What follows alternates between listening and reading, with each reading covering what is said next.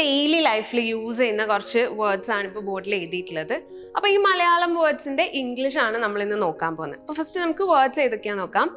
ചോദിക്കാറുണ്ട്, ചോദിച്ചു, ചോദിക്കും. പറയാറുണ്ട്, പറഞ്ഞു, പറയും. സംസാരിക്കാറുണ്ട്, സംസാരിച്ചു, സംസാരിക്കും. അപ്പോൾ ഇതെങ്ങനെ ഇംഗ്ലീഷിൽ പറയാമെന്നും സെന്റൻസിൽ എങ്ങനെ യൂസ് ചെയ്യാമെന്നും നമുക്ക് നോക്കാം. അപ്പോൾ ഫസ്റ്റ് തന്നെ നമ്മൾ രണ്ട് രീതിയിലാണ് ഇത് പറയുക.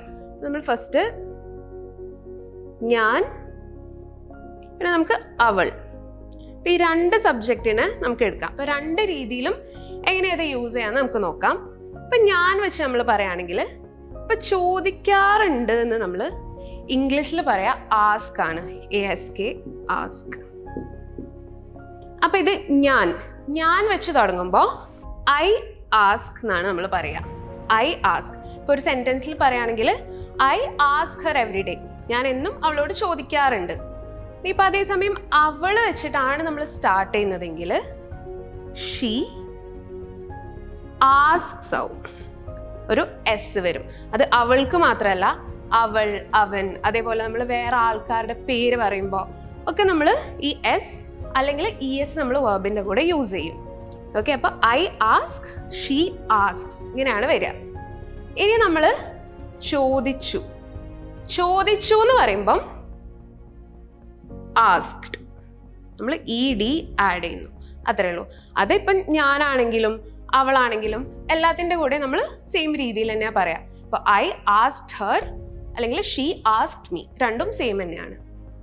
ഇനി ചോദിക്കും എന്ന് പറയുമ്പോൾ നമ്മൾ ഫ്യൂച്ചറിൽ നടക്കാൻ പോകുന്ന ഒരു കാര്യത്തിനെ പറ്റിയാണ് പറയുന്നത്. അപ്പം നമ്മൾ വില്ല് യൂസ് ചെയ്തിട്ടാണ് പറയാം. Will ask. അതും ഈ പറഞ്ഞ പോലെ ഞാനാണെങ്കിലും അവളാണെങ്കിലും ആരാണെങ്കിലും നമ്മൾ വിൽ ആസ്ക് തന്നെയാണ് യൂസ് ചെയ്യുക. അപ്പോൾ ചോദിക്കാറുണ്ട് ആസ്ക്, ചോദിച്ചു ആസ്ക്ഡ്, ചോദിക്കും വിൽ ആസ്ക്. അങ്ങനെയാണ് നമ്മൾ ഈ വേർഡ്സ് ഒക്കെ പറയാം. ഇനി പറയാറുണ്ട്, പറഞ്ഞു, പറയും. അപ്പം ആദ്യം പറയാറുണ്ട് എടുക്കുകയാണെങ്കിൽ പറയുക നമ്മൾ ടെൽ എന്നാണ് പറയുക കേട്ടോ, ടെൽ.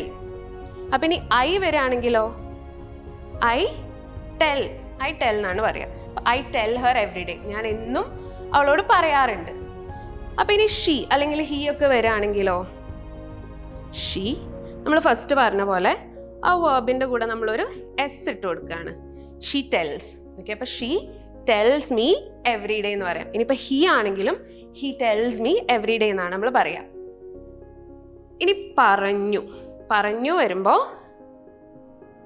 ടെല്ലിൻ്റെ പാസ്റ്റ് ടെൻസ് അതാണ് പറഞ്ഞു, അപ്പോൾ അത് ടോൾഡ് എന്നാണ് പറയുക. അപ്പം ടെല്ലിൻ്റെ പാസ്റ്റ് ടെൻസ് ടോൾഡ് ആണ്.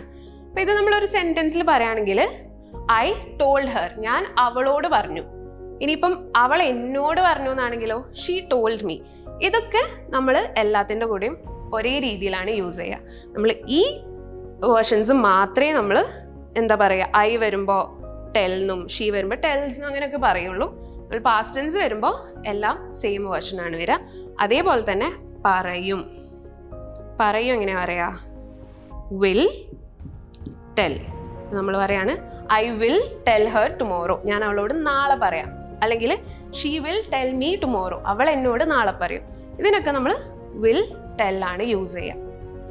ഇനി അടുത്തത് സംസാരിക്കാറുണ്ട്, സംസാരിച്ചു, സംസാരിക്കും. സംസാരിക്കുക എന്താണ്, ടോക്ക്.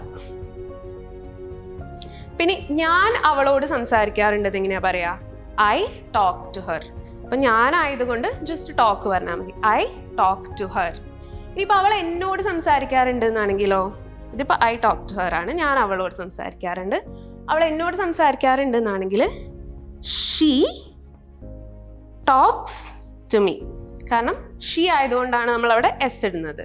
ഷീ ആണെങ്കിലും ഹീ ആണെങ്കിലും ഇപ്പം മദർ, ഫാദർ അല്ലെങ്കിൽ മൈ ഫ്രണ്ട് അല്ലെങ്കിൽ വേറെ ആരാണെങ്കിലും നമ്മൾ എസ് അല്ലെങ്കിൽ ES യൂസ് ചെയ്യും വേർബ് വരുമ്പോൾ.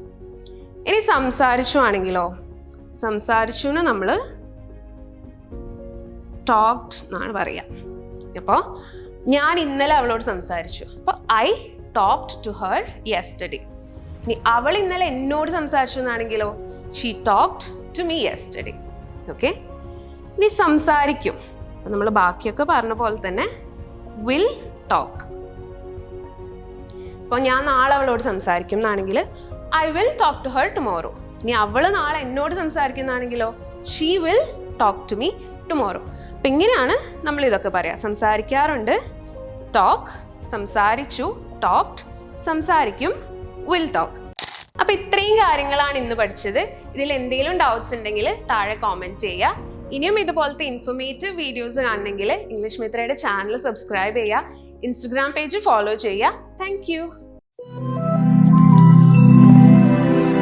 English Mithra. Stop worrying, start learning.